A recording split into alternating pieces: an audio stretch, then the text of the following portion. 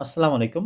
Last ক্লাসে আমরা page ৭ এর ১.৬ এর সমমৌলিক সংখ্যা পর্যন্ত দেখেছিলাম এবং এটা বুঝেছিলাম।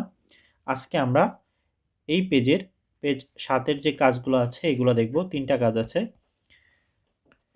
তো প্রথম কাজটি কি বলছে দেখো, ২ অঙ্ক বিশিষ্ট ১০টি মৌলিক সংখ্যা লেখো।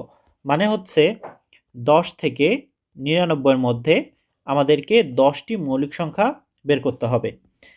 তো প্রথমে ১ লিখলাম এবং ১০টি মৌলিক সংখ্যা সমান সমান, এবার আমরা ১০টি মৌলিক সংখ্যা বের করব। দেখো ১০কে ২ দ্বারা কিন্তু ভাগ যায়, তার মানে ১০ কিন্তু মৌলিক সংখ্যা নয়। ১১, আচ্ছা এর আগে তোমাদেরকে একটা বিষয় বলতে চাই, সেটা হচ্ছে ১, ৩, ৭, ৯ কোনো সংখ্যার শেষে যদি এই ৪টি সংখ্যা থাকে, মানে এই ৪টি অঙ্ক থাকে, তাহলে সেটাকে হচ্ছে মৌলিক বলা যেতে পারে। অলওয়েজ না, মানে সর্বদা কিন্তু এটা না, বাট অধিকাংশ টাইমে এটা হয়ে থাকে। তার মানে হচ্ছে আমরা যে অঙ্কগুলা এখানে মৌলিক সংখ্যা হিসেবে নিব সেগুলো দেখব লাস্টে এইগুলা আছে কিনা। ঠিক আছে, ১, ৩, ৭, ৯, তাহলে ১১ কত আছে? ১ আছে, তার মানে এটা মৌলিক হওয়ার সম্ভাবনা আছে এবং এটা হচ্ছে মৌলিক। তারপর কত? ১৩, ১৩ শেষে কত আছে? ৩ আছে, তার মানে এটাও মৌলিক। ১৭, এটাও কি? এটাও হচ্ছে মৌলিক, হচ্ছে ১৭। এরপরে কত আছে? ৯ আছে। ১৯, ১৯ এর শেষে কত আছে? ৯, তার মানে এটা একটা মৌলিক। কিন্তু ২১, এখানে কত আছে? ১ আছে, কিন্তু এটা মৌলিক না, কারণ ২১কে তুমি ৩ দ্বারা ভাগ করতে পারবা। ঠিক আছে, তাহলে ২১ কিন্তু মৌলিক হচ্ছে না। তাই সর্বদাই যে ১, ৩, ৭, ৯ শেষে থাকলে যে এটাকে মৌলিক হবে এমন না, দেখতে হবে। বাট এইভাবে করে কিন্তু অনেকগুলা যে সংখ্যা সেগুলো কিন্তু বাদ দেওয়া যায়। আচ্ছা, এবার ২৩ যে সংখ্যাটা, ২৩টা কি হচ্ছে? মৌলিক হবে কিনা? ২৩ও হচ্ছে মৌলিক হচ্ছে। কারণ কি? কারণ ২৩-এর তুমি আর কোনো কিছু দিয়ে ভাগ করতে পারবা না, এবং ৩টা কি? লাস্টে ৩ আছে, তার মানে ২৩। কয়টা পেলাম আমরা? এখানে পেলাম হচ্ছে ৫টা। আচ্ছা, এরপর আছে হচ্ছে ২৭। ২৭ কি হবে? হ্যাঁ, ২৭ হবে না। কারণ কি? ২৭কে তুমি ৯ দ্বারা ভাগ করতে পারছ, তাই ২৭ও বাদ। এবার থাকলো কি? ২৯। ২৯-এর শেষে ৯ আছে এবং এটা হবে, কারণ এটাকে কোনো কিছু দ্বারা তুমি ভাগ করতে পারছো না। আচ্ছা, এবার কত হলো? ৩১। ৩১-এর শেষে কি আছে? ১ আছে, এবং এটাকে কোনো কিছু দিয়ে ভাগ করা যাবে না, তাই ৩১ নিলাম। তাহলে এখানে আমরা কয়টা পাইলাম? ৭টা পাইলাম, আর আমাদেরকে ৩টা বের করতে হবে। এবার থাকে কত? ৩৭। ৩৭ দিলাম এখানে। তারপরে হচ্ছে তোমার থাকে ৩৯। এই ৩৯কে আবার তুমি ৩ দ্বারা ভাগ করতে পারবা। ৩, ১৩, ৩৯। ঠিক আছে, তার মানে এই ৩৯টাও হবে না। এবার কি আমাদের নিতে হবে? ৪১ নিলাম। ৪১-এর ১ আছে, এই যে ৪১। এরপর আমরা কত নিব? ৪৩। ৪৩কেও তুমি কোনো কিছু দ্বারা ভাগ করতে পারবা না, এই যে ৪৩। তাহলে এইভাবে কি করলাম? আমরা ১০টি মৌলিক সংখ্যা বের করলাম। আমি চাইলে প্রথমে তোমাদেরকে এইভাবে 10টি লিখে দিতে পারতাম, বাট ওইভাবে করলে এরকম যদি বলতো যে 10টি না লিখে যদি বলতো 15টি, তাহলে তুমি কিভাবে বের করতা? তাই না? এই জন্য। আচ্ছা, এবার ২ নাম্বার বলতেছে ১০১ থেকে ১৫০ পর্যন্ত সংখ্যাগুলোর মৌলিক সংখ্যা নির্ণয় করো। এইবার আমি ওইভাবে লিখে দেব, কারণ আমি অলরেডি এখানে নিয়মটা দেখিয়েছি যে কিভাবে মৌলিক সংখ্যা বের করতে হয়। এবং লাস্টে আমি বলেছিলাম কি? লাস্টে থাকবে, মানে প্রথম কোনো সংখ্যার প্রথম অঙ্কটা থাকবে হচ্ছে ১, ৩, ৭, ৯। এইভাবে করে কিন্তু আমি হচ্ছে এই ১০১ থেকে ১৫০-এর মধ্যে মৌলিক সংখ্যাগুলো আমি লিখব। তো দেখো এখানে বলছে ১০১ থেকে ১৫০ পর্যন্ত মৌলিক সংখ্যা হচ্ছে মৌলিক সংখ্যাগুলো সংখ্যাগুলো এখানে দেখো প্রথমে হচ্ছে আসছে কি? ১০১, তারপরে হচ্ছে ১০৩, ১০৭, ১০৯, ১১৩, 127, 131, 137, 139, 149, এই হচ্ছে টোটাল মৌলিক সংখ্যা। ঠিক আছে, দেখো এবার 1 আছে, 3 আছে, 7 আছে, 9 আছে, 3 আছে, 7 আছে, 1 আছে, 3 7 আছে, 9 আছে, 9 আছে। ঠিক আছে, তার মানে আমি যে নিয়মটা বললাম এই নিয়মটা হচ্ছে সঠিক, যে ম্যাক্সিমাম টাইমেই 1 3 7 9 থাকবে মৌলিক সংখ্যার প্রথম অঙ্কটি। আচ্ছা, এবার 3 নাম্বার বলছে, 3 নাম্বারে কি, যে নিচের জোড়া সংখ্যাগুলোর কোনগুলো সহমৌলিক নির্ণয় করো। সহমৌলিক কিন্তু আমরা লাস্ট ক্লাসে পড়েছিলাম, তারপর আবার বলতেছি, যখন দুটি সংখ্যার মধ্যে এবং সেই সংখ্যার গুণনীয়কগুলোর মধ্যে এক এবং ওই সংখ্যাটি বাদে আর কোনো সংখ্যা মিল পাওয়া যাবে না, তাদেরকে সহমৌলিক বলে। এবার আমরা করে দেখব।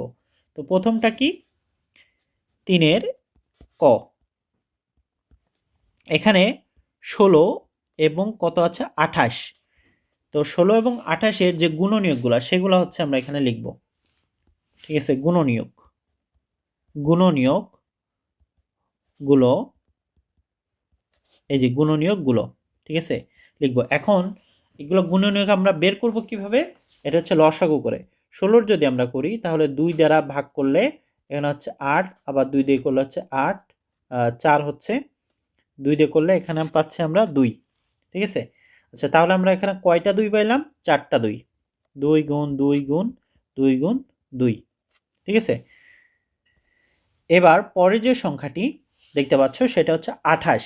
তাহলে 28কেও আমাদের কি করতে হবে, এইভাবে হচ্ছে তোমার লসাগু করে কিন্তু বের করতে হবে। তাহলে 28-এর যদি করি, 28কে 2 দিয়ে যদি আমরা ভাগ করি, এখানে আমরা পাবো কত, 14, আবার 2 দিয়ে করলে পাচ্ছি 7।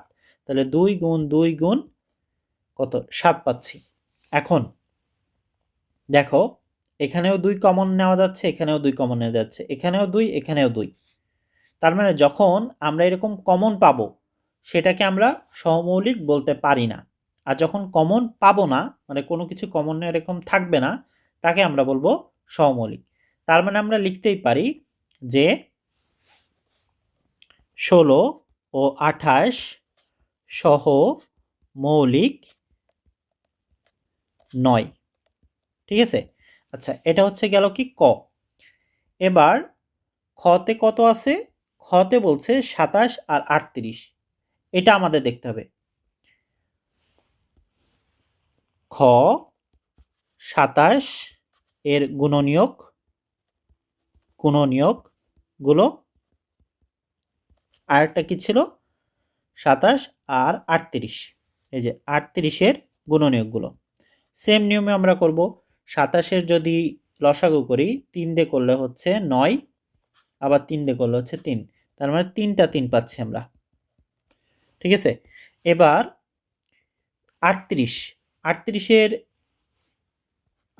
যদি করি, 2 দিয়ে করলে এখানে পাই হচ্ছে আমরা 19, 2 দিয়ে করলে কত পাচ্ছি, আমরা এখানে 19 পাচ্ছি। সেই ক্ষেত্রে এখানে যদি খেয়াল করো, আমরা এখানে গুণনীয়ক পাচ্ছি কত, 2 আর 19। এখন উপরের যে 27-এর গুণনীয়কগুলা এবং 38-এর গুণনীয়কগুলা, এই দুটোর মধ্যে কি কোনো মিল আছে, কোনো মিল নাই। সেই ক্ষেত্রে শুধু একটাই মিল পাও, কি, এক মিল পাচ্ছ, দুইটার মধ্যে এক আছে, কিন্তু এক তো আমাদের নিয়মের মধ্যে নাই যে এক মিল থাকলে হবে, এক তো সবগুলোর মধ্যেই মিল পাওয়া যায়। তো সেই ক্ষেত্রে এক বাদে যদি মিল থাকে সেক্ষেত্রে আমাদের সমমৌলিক হইতো না, যেহেতু এটা মিল নাই, তাই আমরা লিখতে পারি কি, যে 27 ও 38 সহ মৌলিক। ঠিক আছে, সহ মৌলিক। এবার লাস্ট আরও 2টা আছে সম্ভবত, হ্যাঁ এখানে বলছে দেখো যে 31 এবং 43, এটা কি হচ্ছে